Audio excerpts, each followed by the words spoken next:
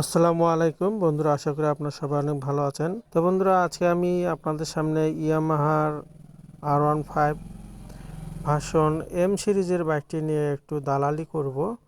তো আজকের ভিডিওতে আপনারা মনে করতে পারেন যে আসলে আমি দালালি করতেছি। আসলে সত্য কথা বলতে গিয়ে যদি কারো কাছে দালালি মনে হয়, তাহলে আমার মনে হয় যে সেটাই ভালো।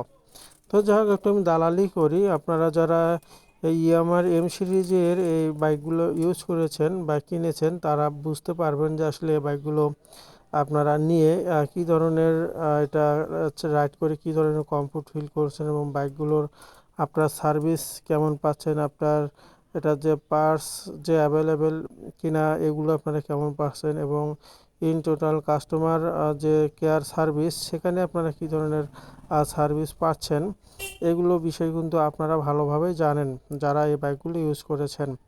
তো বর্তমানে অনেকেই এই বাইকগুলো নিয়ে ভিডিও করলে দালাল বলতেছে। তো দালাল বলতে পারে, আসলে ভালোকে ভালোই বলতে হবে, কেননা এই ইয়ামাহা R15 এই এম সিরিজের বাইকগুলোর যে কোয়ালিটিটা, বর্তমানে বাজারে অনেক চাইনিজ বাইক এসেছে। তো অনেক দেখা যাচ্ছে তারা চাইনিজ বাইকগুলোর কিন্তু খুব গুণগান বলতেছে।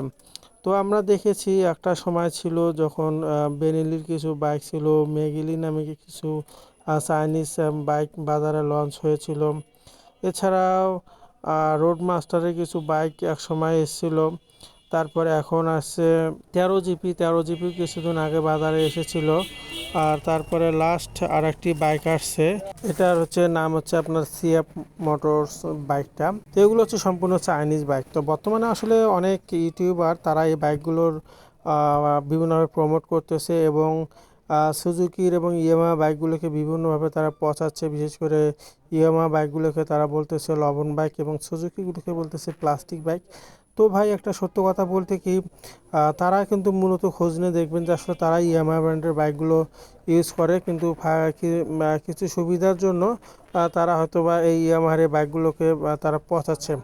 আমার মনে হয় যারা এম সিরিজের বা ইয়ামাহা R15 ভার্সন 3, 4 যে বাইকগুলো আছে, এগুলো যারা ইউজ করছে, তারা দীর্ঘ সময় ধরে ইউজ করছে এবং এই বাইকগুলো থেকে একটা ভালো ফিডব্যাক তারা অবশ্যই কিন্তু পায়। আর বাইকগুলো যে দেখতে একদমই যে খারাপ তেমন তা না। বাইকটার লুকগুলো দেখছেন, আউটলুক অনেক সুন্দর এবং অনেক লং লাস্টিং একটা বাইক।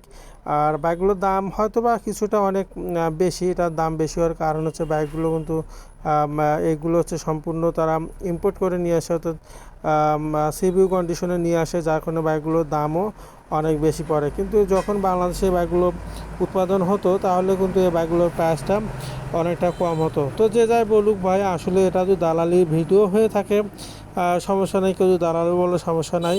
তবে ইএমআইয়ের বাইকগুলো ভালো। আপনি সেই ইএমআই এফজেডএস ভার্সন 2, 3, ভার্সন 4 এবং সেই সঙ্গে R1 সিরিজের যে বাইকগুলো রয়েছে, সব বাইকগুলো কিন্তু যথেষ্ট ভালো।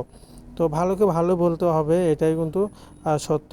তো আমি আপনাদেরকে রিকোয়েস্ট করব, আপনারা কিছু ইউটিউবারের ভিডিওতে প্রতারিত না হয়ে এই চাইনিজ বাইকের এত এত সুবিধা আছে, এত এত স্পিড আছে, এত এত অমুক অমুক সুবিধা আছে, আসলে এই ধরনের ভিডিওতে আপনারা প্রতারিত হবেন না।